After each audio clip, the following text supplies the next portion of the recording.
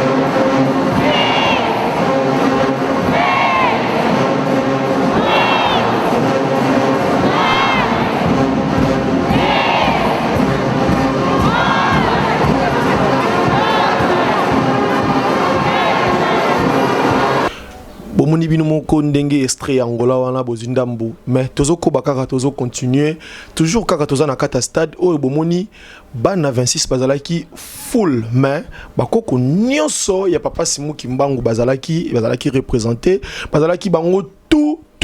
bino bomoni bozomona pe ba image boko découvrir ngona na bino mais ezalaki na présence ya gouverneur ya Angola pe ba kondimi nene ya mboka Angola ba ministre ba représentant ya président ya Angola bango nyonso bazalaki pe ba chef spirituel ya ba ngomba mususu oyo bazalaki na Angola tolanda bomona ndenge ambiance wana elekaki.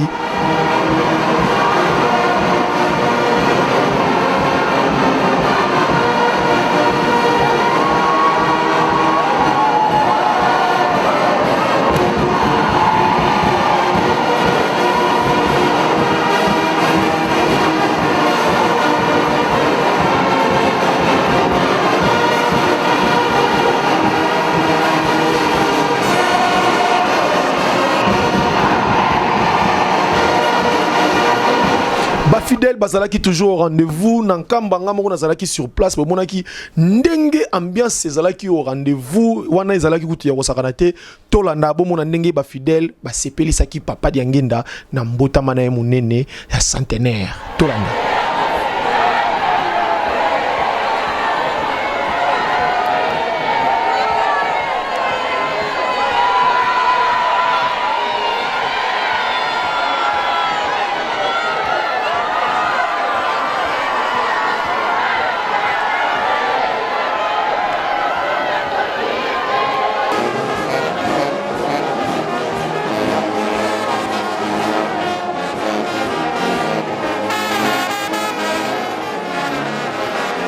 Na yango édition qui mangiste koti kabino bongote faut la sabino ndenge ambiance ezalaki au rendez-vous na Angola papa nyonso bakitaki na Angola koya ko polende kona bango ko sepelisa ndeko na bango na mosala munene oya sali papa Paul Kisolokele to mona ki arrivé ya papa Alphonse Ntiaba Fumu to mona ki arrivé ya papa Christophe bango nyonso bazalaki papa José papa Armand Diangenda maman Christine maman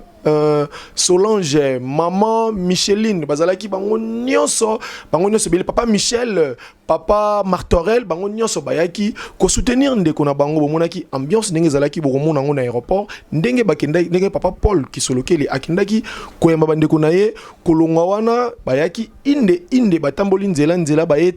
na foire esika bandimi bazalaki kolala esika bandimi bazalaki kofanda botala ambiance ndenge lekaki botala ambiance ndenge zalaki bino moko koratete landa.